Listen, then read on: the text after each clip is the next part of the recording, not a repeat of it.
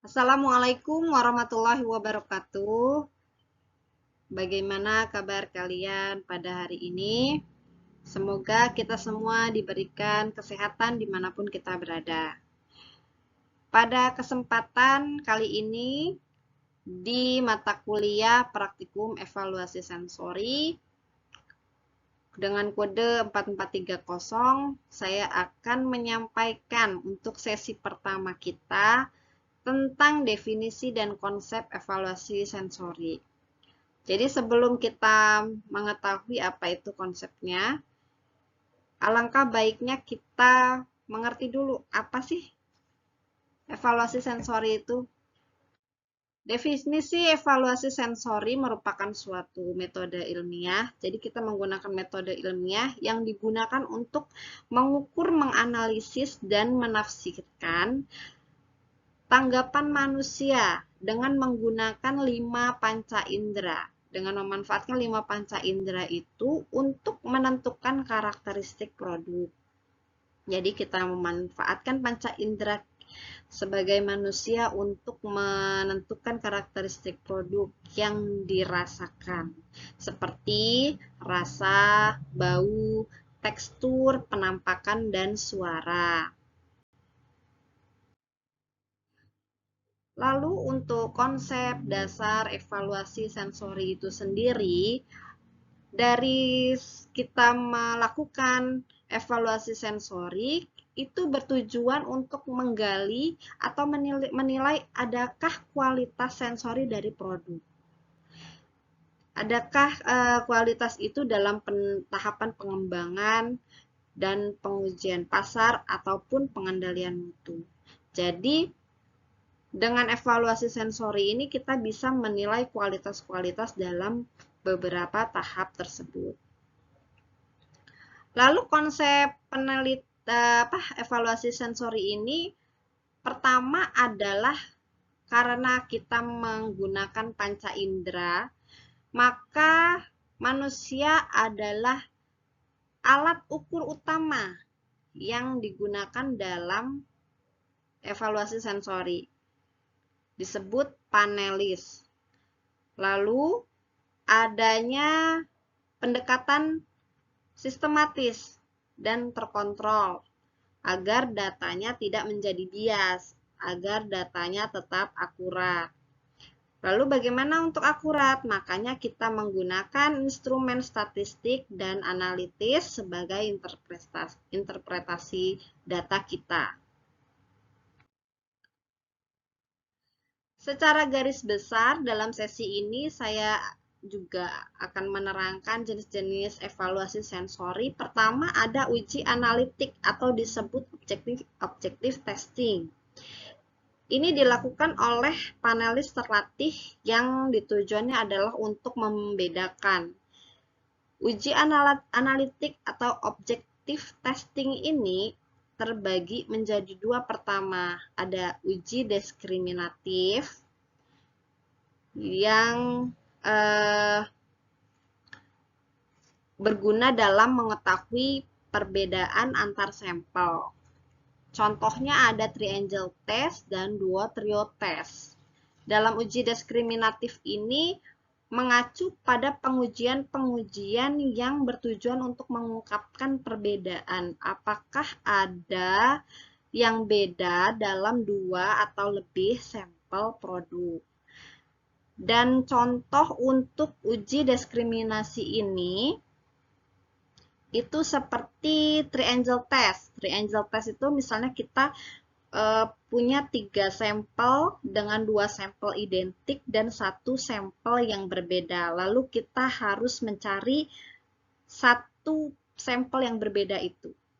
Itu untuk menguji kemampuan kita dalam membedakan. Lalu ada uji duo trio test. Dalam uji duo trio test ini kita juga menyediakan 3 sampel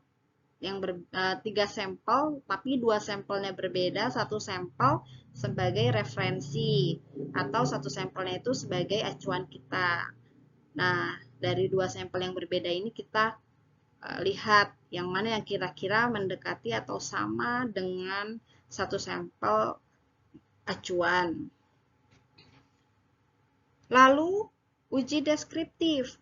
Kalau uji deskriptif ini mengukurnya dia lebih rinci karena dia mengacu pada metode pengujian yang tidak bias atau metode pengujian yang akurat. Dia tidak dipengaruhi oleh preferensi personal atau tidak dipengaruhi oleh kesukaan konsumen. Jadi, dalam uji deskriptif ini akan menghasilkan data-data yang valid dan terpercaya. Pada analisisnya nanti juga datanya dikaji secara sistematis untuk mengidentifikasi dan penarikan kesimpulan.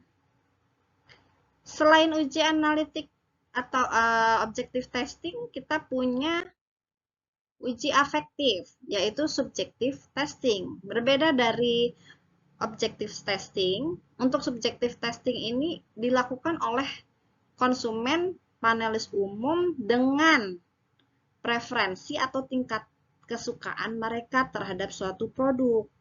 Sehingga pada subjective testing itu dia dipengaruhi oleh preferensi personal. Contoh uji yang dipakai dalam uji afektif ini adalah uji hedonik, ranking test, dan pair preference test. Di sini kita punya skala kesukaan yang dimana ada tingkat kesukaan dengan skala penilaian 1-9 contohnya. Dari amat sangat tidak suka sampai amat sangat suka. Di sini ada contoh di mana di lembaran ini ada produk petis misalkan. Di sini ada biodata panelis secara umumnya saja, lalu di sini ada parameter penilaiannya, warna, aroma, rasa, dan aftertaste petis. Lalu penerimaan keseluruhannya seperti apa.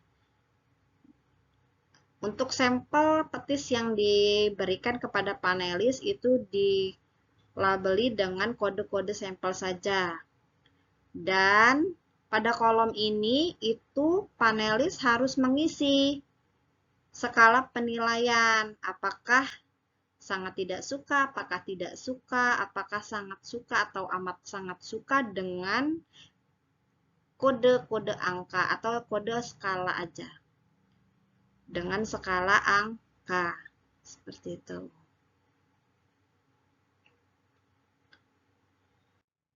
Ya, itu adalah jenis uji-uji evaluasi sensori yang saya sampaikan secara garis besarnya.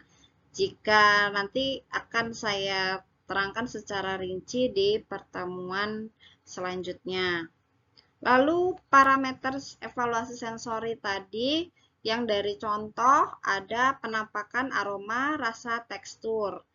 Itu termasuk dari parameter evaluasi sensori. Untuk penampakan warna, kita bisa melihat apakah warnanya cerah, apakah seragam, atau jernih, atau buram, atau kusam, seperti itu.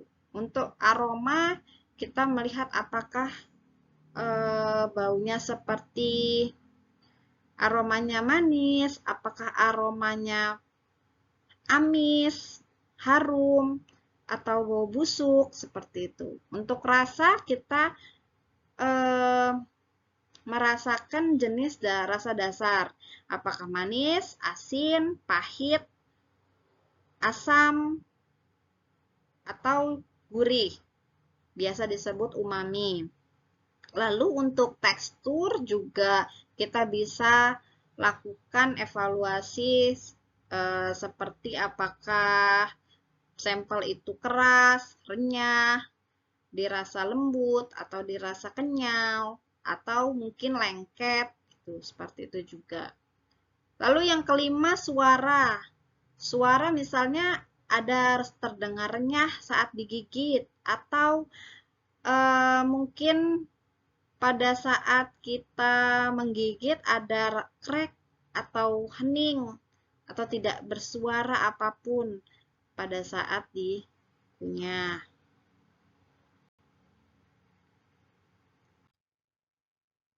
Setelah kita melakukan evaluasi sensori terhadap produk, apa sih tujuannya? Tujuannya itu adalah saat kita sudah melakukan evaluasi sensori, kita akan menilai kualitas produk itu. Oh, produk ini baik, produk ini tidak baik. Sehingga kita tahu kualitas yang mana harus diperbaiki, yang mana harus dipertahankan. Lalu yang kedua, kita bisa menentukan penerimaan konsumen terhadap produk baru. Kita punya produk baru, kita evaluasi dulu sensorinya apakah konsumen ini dapat menerima atau tidak, kayak gitu. Lalu yang ketiga, evaluasi sensori juga bisa untuk melakukan perbandingan produk terhadap produk-produk pesaing. Jadi, apakah produk kita memang perlu diperbaiki? Apakah produk kita memang sudah lebih bagus dari pesaing? Kita bisa membandingkannya.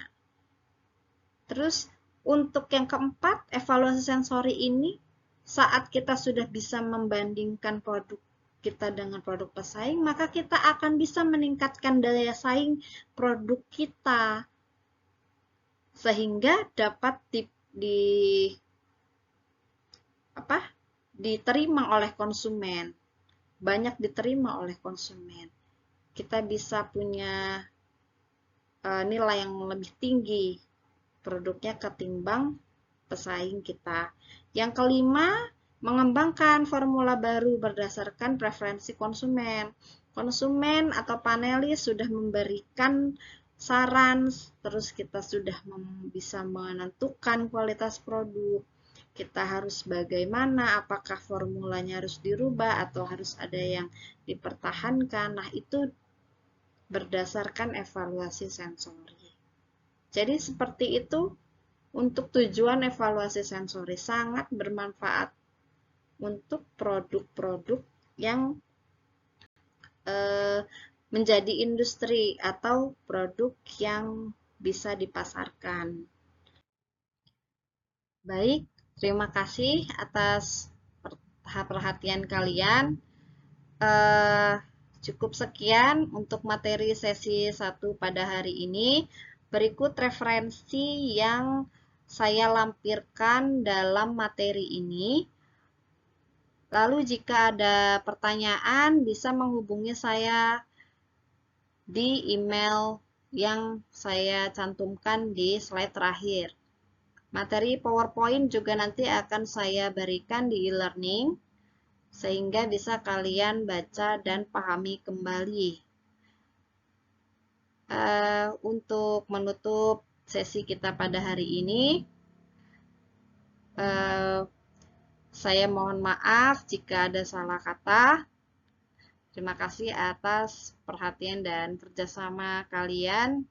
Sampai jumpa di pertemuan sesi berikutnya. Assalamualaikum warahmatullahi wabarakatuh.